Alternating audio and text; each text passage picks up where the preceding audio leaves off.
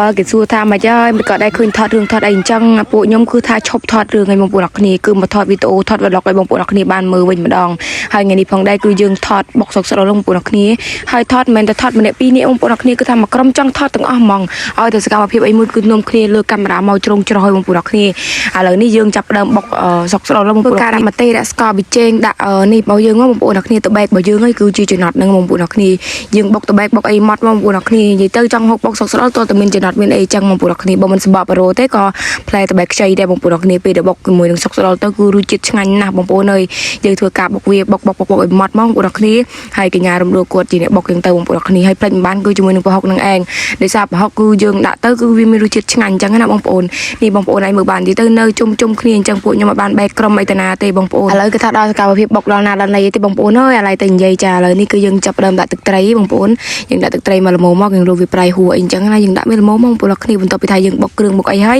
គឺយកមានបុកហូបនៅផ្ទះទេគឺយើងទៅបេះនៅក្រោមដើមបុកនៅក្រោមដើមតែម្ដងហើយខ្ញុំនេះគឺថាមានកូនមានអីតងរយៈយឺតដែរហ្នឹងណាបងប្អូនអរគ្នាចាហើយកន្លែងមានដើមសុកស្រួលហ្នឹងក៏ទៅណាឆ្ងាយបងប្អូនអរគ្នាគឺនៅចុងភូមិហ្នឹងឯងអត់មានឆ្ងាយទេចាយើងជិះម៉ូតូទៅមួយផ្លេតអីគឺថាដល់ហើយឥឡូវគឺថាយើងដល់ផ្លូវចូលបងប្អូនគឺទៅជាការប្រសានអញ្ចឹងណាបងប្អូននេះស្រែប្រសានព្រាមគឺចាបងប្អូនហើយកាមេរ៉ាគឺថាជ្រុងច្រោះយកទៅមែនទេហ្មងហើយអ្នកខ្លះក៏2អ្នកខ្លះក៏3យកនិយាយមែនជីវិតរាល់ថ្ងៃមានតែប៉ុណ្្នឹងឯងបងប្អូនធ្វើមិនទេពួកខ្ញុំជាអ្នកថតវីដេអូអញ្ចឹងហើយគឺថាមានតែថតនឹងឯងបងប្អូនអរគ្នាចាហើយមើលទៅបងប្អូនសកម្មភាពមិនមែនជាការងាយស្រួលទេខ្ញុំជីកគេផងអីផងបងប្អូនហើយចាព្រោះគាត់ជីកខ្ញុំហើយគាត់បេះអញ្ចឹងទៅបងប្អូនអរគ្នានេះសុកស្រួលរបស់យើងដោយសារតែខ្ញុំបេះឡើងបានដងហើយគឺថារៀងហិនហោចបន្តិចឲ្យបងប្អូនអរគ្នាបេះអាទៀបអស់នៅសល់តែលើបាទលើវិញផ្លែគឺថាស្ញុលហ្មងបងប្អូនអរគ្នាអើយចាហើយនេះរៀងធ្ងន់ដែរបងប្អូនអរគ្នាត្រង់នេះវិញគឺថាបាក់កោយកហ្មងបងប្អូនអើយចាសុកស្រួលរបស់យើងគឺថាបានបេះរួចរាល់ហើយបងប្អូនអរគ្នា